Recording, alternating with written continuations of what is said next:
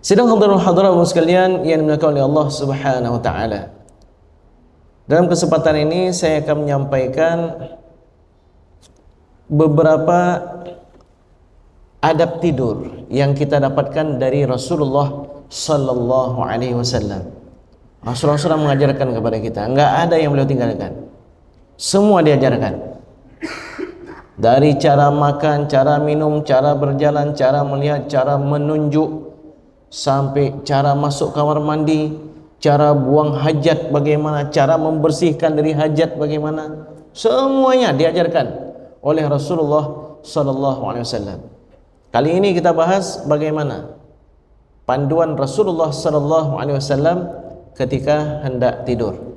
Yang pertama sekali bersuci, wudu. Ustaz, saya tidur dengan istri, pasti batal. Ya enggak masalah, yang penting berwuduk dulu.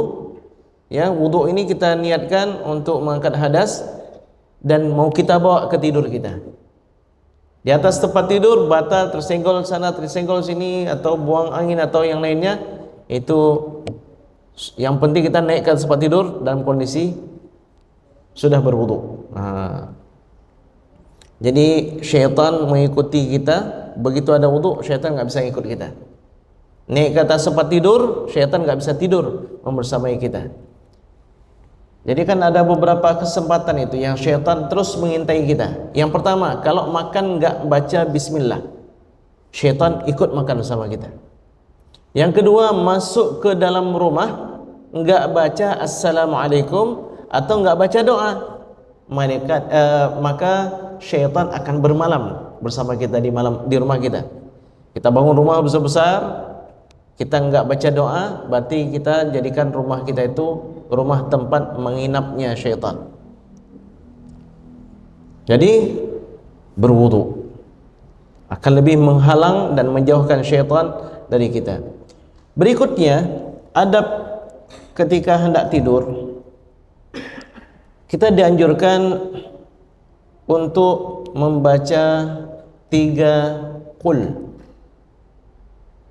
Qul huwallahu ahad, qul a'udzu birabbil falaq, qul a'udzu birabbin nas. Apa yang kita lakukan? Setelah kita baca 3 qul itu, kita tiupkan di telapak tangan, di 2 telapak tangan kita. Lalu kita sapukan ke seluruh tubuh kita, sejauh yang mampu dijangkau oleh tangan dalam kondisi berbaring. Jadi enggak mesti kita duduk lalu kita harus sampai ke ujung kaki, enggak mesti. Yang penting sejauh yang bisa dijangkau oleh tangan kita.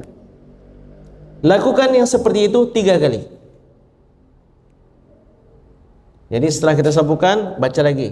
Bismillahirrahmanirrahim. Qul huwallahu ahad, Allahus samad, lam yalid walam yulad walam yakul lahu kufuwan ahad. Bismillahirrahmanirrahim. Qul a'udzu birabbil falaq, min syarri ma khalaq, wa min syarri ghasiqin idza waqab, wa min syarri naffatsati fil 'uqad, wa min syarri hasidin idza hasad.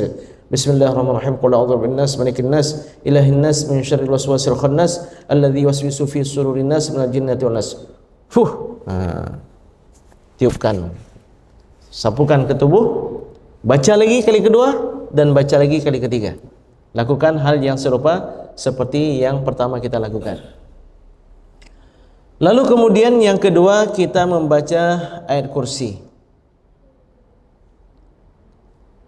Ini siapa yang anjurkan baca ayat kursi kalau mau tidur? Syaitan. Kok bisa syaitan menganjurkan baca ayat kursi? Syaitan ditangkap oleh Abu Hurairah. Abu Hurairah jaga Baitul Mal, menjaga gudang harta kaum muslimin. Dilihat oleh Abu Hurairah, ini ada sesuatu nih di gudang nih. Dibuka, ada seseorang. Lalu diikat tangannya. Lalu orang tersebut mengatakan, lepaskan saya lapar, anak saya, keluarga saya enggak ada makanan, maka saya ambil makanan di sini. Karena kasihan, dilepaslah oleh Abu Hurairah. Besok pagi Abu Hurairah karena menjaga amanah Nabi SAW melapor kepada Nabi. Nabi SAW bersabda, dia itu berbohong dan nanti malam akan balik. Waktu malam Abu Hurairah yang jaga Baitul Mal juga merasakan sesuatu nih, kayaknya ada sesuatu nih di gudang. Didapati orang itu lagi dan dia mengatakan hal yang serupa. Kasihan Abu Hurairah. Kasihan Abu Hurairah, ini hamba Allah yang kelaparan. Dia mencuri itu sebatas untuk menghilangkan kelaparannya. Jadi dilepaskan lagi oleh Abu Hurairah. Lapor kepada Nabi, kata Nabi, pendusta besok juga akan balik lagi. Kali ketiga ditangkap oleh Abu Hurairah. Abu Hurairah enggak percaya lagi. Kamu akan saya laporkan, akan saya bawa ke hadapan Rasulullah sallallahu alaihi wasallam. Orang tersebut mengatakan, wahai Abu Hurairah, lepaskan saya akan ajarkan kepada kamu sesuatu yang sangat bermanfaat bagimu. Apa itu? Idza awaita ila firashika faqra ayatal kursi. Kalau kamu hendak tidur, naik ke atas tempat tidur kamu, ketika kamu berada di tempat tidur, bacalah ayat kursi, karena kamu di waktu itu akan terus dijaga oleh Allah Subhanahu wa ta'ala, dan syaitan gak akan mampu memperdaya kamu hingga kamu berpagi hari. Abu Hurairah kan termasuk sahabat yang terakhir masuk dalam Islam. 4 tahun terakhir sebelum Rasulullah SAW wafat, dia baru masuk dalam Islam. Mendapatkan ilmu ini sangat gembira dia. Ini pasti dia dapat ilmu ini, punya ilmu dari Rasulullah SAW. Dilepaslah oleh Abu Hurairah. Jadi besok pagi dia jumpailah Rasulullah SAW. Rasulullah SAW tersenyum dan mengatakan, sadaqaka wa huwa kadzub.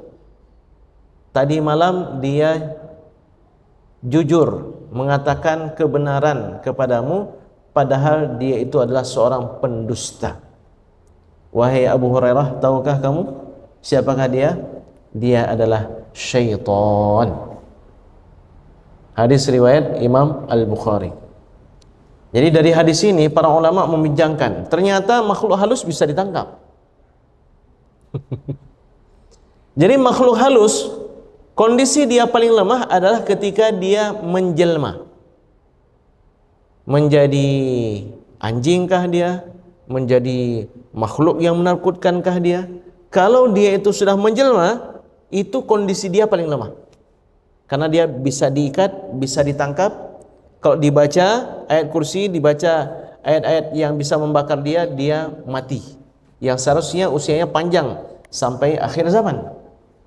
Ini kita sampaikan ke anak-anak kita, jangan takut. Ya, kalau ada jelma-jelmaan seperti itu, jangan takut, karena justru di waktu itu dia menjadi lemah. Kadang-kadang makhluk halus itu pun heran, udah dia lemah, kok kita lebih lemah pula, lari kita. Ya. Baik, saudara hadirin sekalian yang dimuliakan oleh Allah Subhanahu wa taala. Sebenarnya panduannya banyak sekali ini. Ya.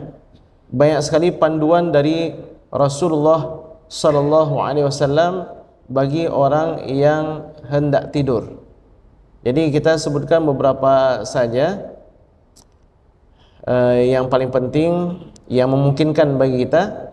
Termasuk juga adalah membaca 2 ayat terakhir dari surat Al-Baqarah. Amana ar-rasulu bima unzila ilaihi min rabbih wal mu'minun, dan seterusnya. Dasarnya ini ayat amana ar-rasulu bima unzila ilaihi min rabbih wal mu'minun, kemudian la yukallifullahu nafsan illa wus'aha sampai selesai. Ini bagus kita baca selepas salat maghrib. Bagus dibaca selepas salat subuh. Siapa yang membaca 2 ayat tersebut pada malam hari, maka mencukupi baginya. Apa maksud mencukupi? Ada ulama mengatakan mencukupi dari zikir-zikir yang lain. Ada juga ulama mengatakan mencukupi dari gangguan-gangguan makhluk yang lain. Sehingga ada juga sebahagian kecil daripada ulama mengatakan 2 ayat ini mencukupi dia dari qiyamul lail. Tapi itu minoritas ulama. Kemudian sedang hadirin sekalian, ini semuanya ayat-ayat yang biasa kita baca ini. Semua kita rata-rata hafal. Jadi kita bilang tadi apa? 3 qul. Kemudian membaca ayat kursi. Kemudian membaca 2 ayat terakhir dari surah Al-Baqarah. Satu lagi membaca surat Al-Kafirun. Qul ya ayyuhal kafirun. Rasulullah sallallahu alaihi wasallam bersabda, "Iqra, bacalah qul ya ayyuhal kafirun, thumma nam ala khatimatiha." Kemudian tidurlah dengan penghujung daripada surat qul ya ayyuhal kafirun, fa innaha bara'atun minasyirki.